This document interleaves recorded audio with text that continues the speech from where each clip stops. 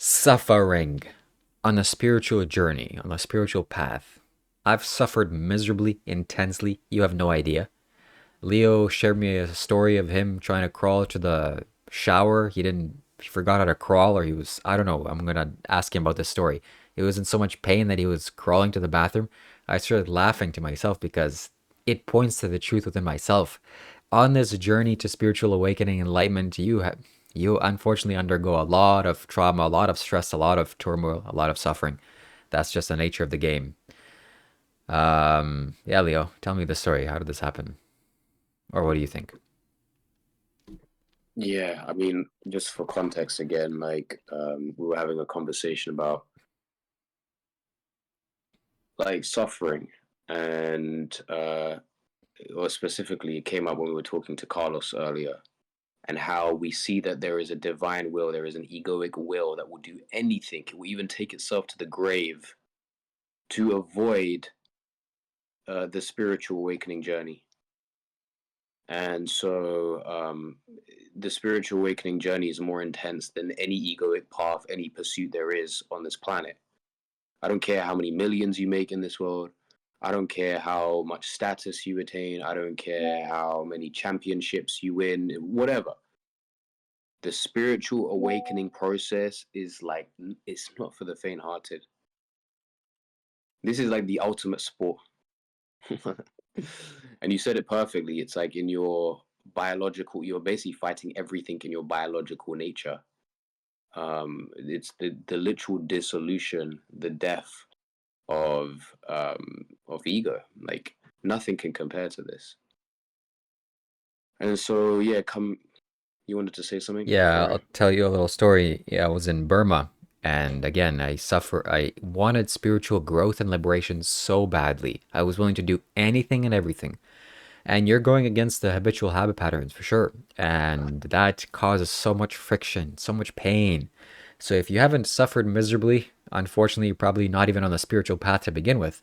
And if you are, then you're probably gone far because suffering, it's not that everybody has to suffer or the suffering is a requirement. No. But you going against yourself, that is lots of suffering. So I remember laying on rocks in Burma, in a third world country, in a military run country, and thinking to myself, I'm not gonna get off of these rocks, these stones. I'm laying flat on my back, and it hurts so badly, and the sun is beaming on my face, and mosquitoes are coming and biting me. Until I just break my mind, or I just free myself, or whatever. I'm gonna be here for 2 days, or until somebody comes and picks me up, or they take me to the hospital. I'm just gonna be here. That was, yeah, quite traumatic. Wow, I'm just getting major flashbacks and memories of like the path. It's like you. It's so easy to forget about what you went through. Oh my goodness, man. And what it takes to get to this point, to arrive at this point, and to think about how many people will comment in comment sections and say, "Oh, you're fake, you're a fraud, you're not this, you're that." You have no clue, my friend. All you see is one snippet of a huge unfolding process. Um, so yeah, I was just reflecting on just the all the years. It felt like almost 50 years condensed into the space of 4 or 5 years. Yeah, I'm tempted to share this also after this. So inevitably, I got up from the rocks and I thought, okay, this is not working. I need to move on. My energy needs to be moving. And then I went and, uh, wow, this is too painful to even share that. I'm going to bypass that. But eventually, some painful experience led me to find a ravine, and I walked into this ravine in Burma in this monastery. In fact, it was a girl that rejected me. She was a Burmese girl. I went up to her and started talking to her. I didn't even know why I was doing that, but she was pretty.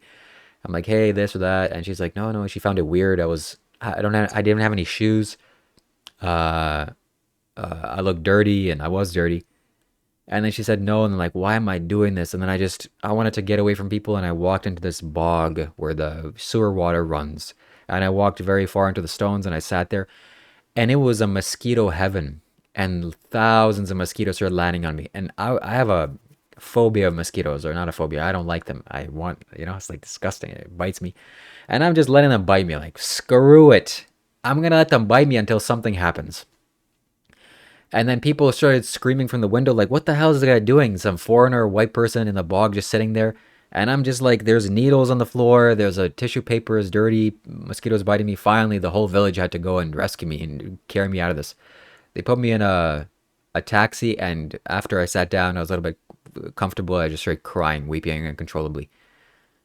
And that was pretty much the end of my journey. I was taken to a hotel, slept like a baby, and then yeah, things kind of carried up from there. But I made a intention to myself. I want to find joy when I was going through the suffering experience.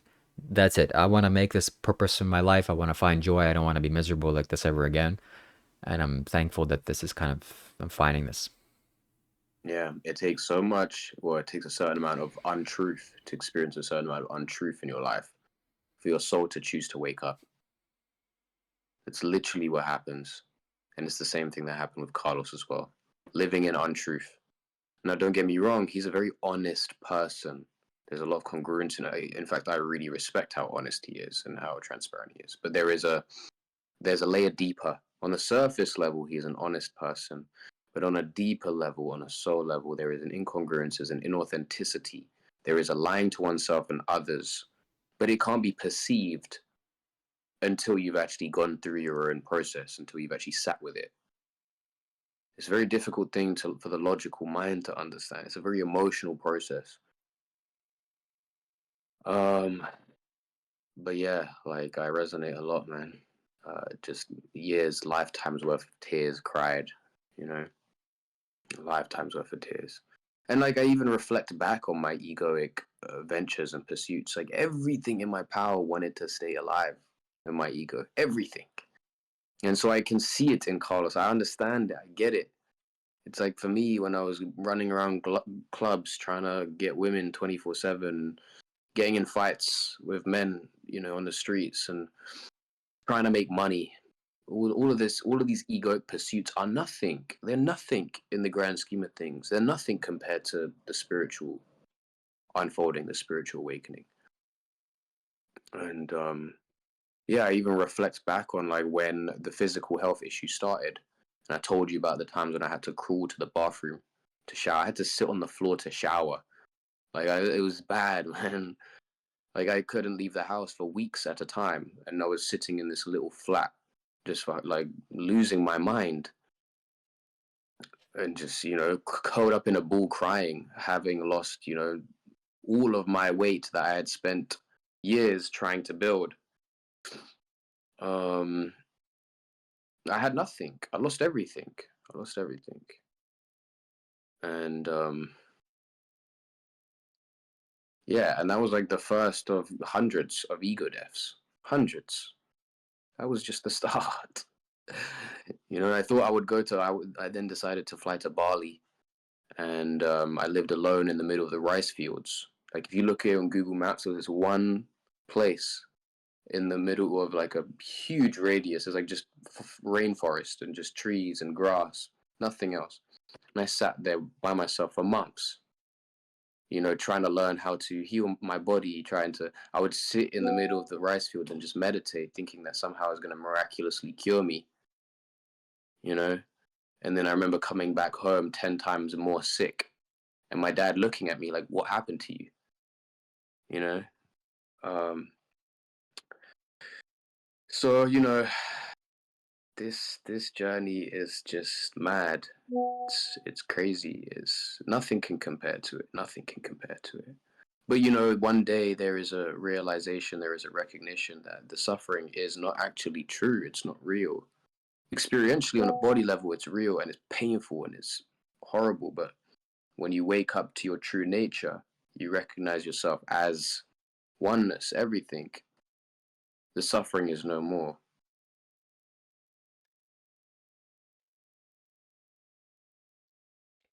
So, what was this experience like for you to finally break free from this? When did this happen? How did this happen? Well, again, for me, I had to go through hundreds of ego deaths, hundreds of ego deaths. It started with that, then it started in my business. Like I would make hundreds of thousands of dollars or millions of dollars, and then I would lose everything. I would lose my entire team, I'd lose all my savings, I'd get into debt, and then I'd pull myself out, and then I'd repeat that cycle again. But what was happening in my business was a reflection of my mental and physical state as well. I was deeply suffering. I had no control over my emotional state. I'd go from rage to sadness to joy to happiness 20, 30 times a day. It was my borderline personality, whatever you want to call it, symptoms. And yeah, so it was just chaos until eventually there was just, it was like a realization that um, the soul had basically given up, or the ego had basically given up. The ego just stopped fighting. Hmm. And when Wow. the ego stopped fighting, that's when it found the peace that it was looking for.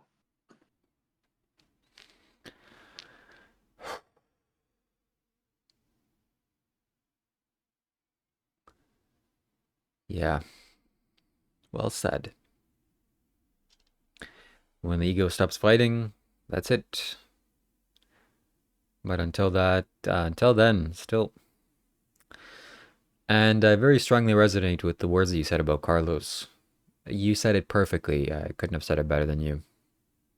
He's he's very truthful, yeah, and people say things and he knows what to say to them and he sees them and he's truthful, whatever. But deep down he's not truthful. And the underlying symptom, the most obvious symptom, you might think this is funny. People, the viewers might think this is funny. Also, Carlos thinks this is funny. But the two times already this has happened, I just said, buddy, let's just sit for 30 seconds and be quiet. He can't do it. That speaks to volumes. Something inside of him is not letting him do that. So I hope these next weeks are going to help him to resolve that. And yeah. Yes, absolutely. I want to be very clear as well. I said the spiritual awakening process is more intense than anything there is. I don't want to get it mixed up with people like Adi, for example. That is not true spiritual awakening. True spiritual awakening is a painful process. It's literally it's a death. It's a dying. It's a losing of all that you knew yourself to be. It's not some safe little place where everything is happy and fine and blah. No, like you go into your deepest pains, your deepest discomforts, your deepest fears, your deepest traumas, and you lose yourself to it.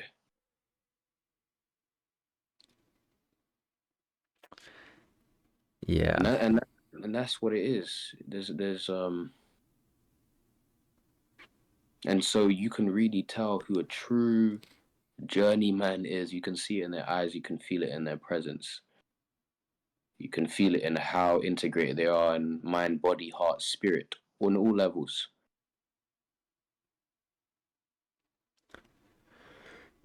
Yeah. It's not about resisting the darkness or pretending that it doesn't exist. You have to go into your own darkness. And there's plenty of that inside of you. Yeah.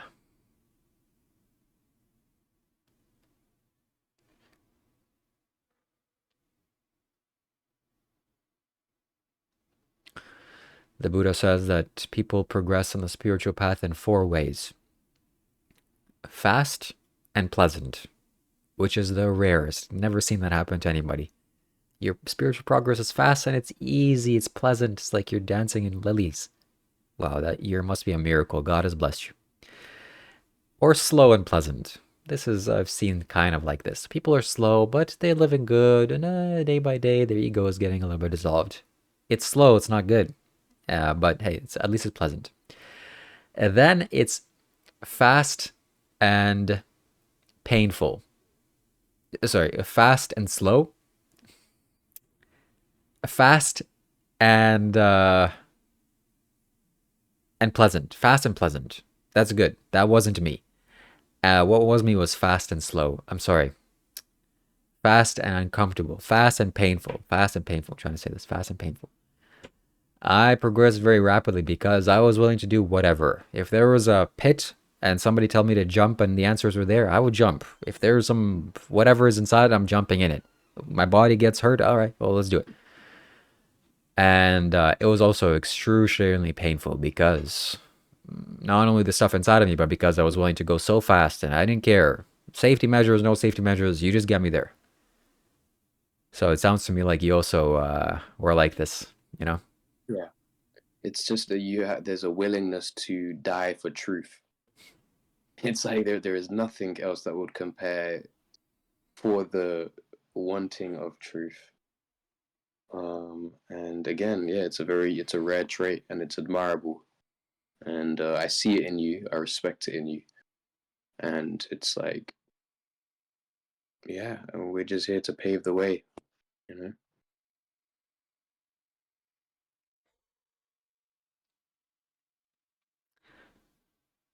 I think that's it.